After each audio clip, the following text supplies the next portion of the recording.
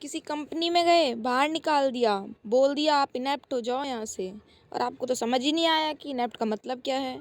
अच्छा हुआ आपने मेरी वीडियो खोल ली, आज आप इनेप्ट का मतलब समझ जाओगे। तो इनेप्ट का मतलब कुछ नहीं होता, इनेप्ट का मतलब होता है कि अगर आपके अंदर कोई स्किल ही नहीं है, you are an inept person. मतलब कि अगर आपके पास कोई भी स्किल नहीं है, कोई टैलेंट तो नहीं बोल सकते हम, कोई स्किल नहीं है आपके अंदर कोई काम करने की, तो आप इनेप्ट पर्सन में आ जाते हो।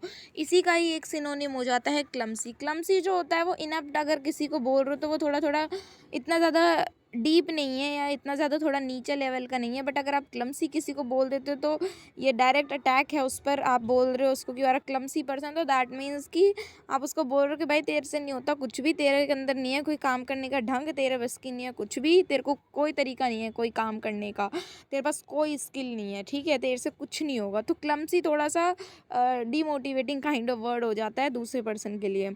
और इसके और भी बहुत सारे सिनोनिम्स होते हैं इनएप्ट के, जैसे इनकम्पिटेंट, कि भाई जो नीड है वो आप पूरी नहीं कर पा रहे हो, उस हिसाब से आपके पास चीज़ें नहीं हैं तो आप इनकम्पिटेंट हो गए।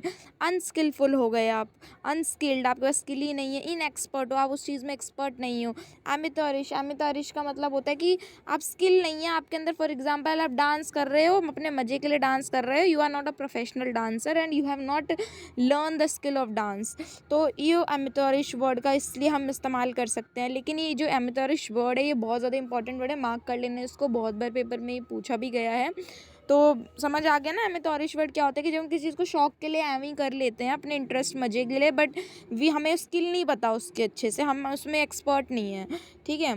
इसका यूसेज इसमें मैंने एक उदाहरण दे रखा है आपको कि my attempts at baking were inept but I fumbled on. So ये था आपका इनएप्ट के बारे में। आई होप आपको समझ आ गया हो।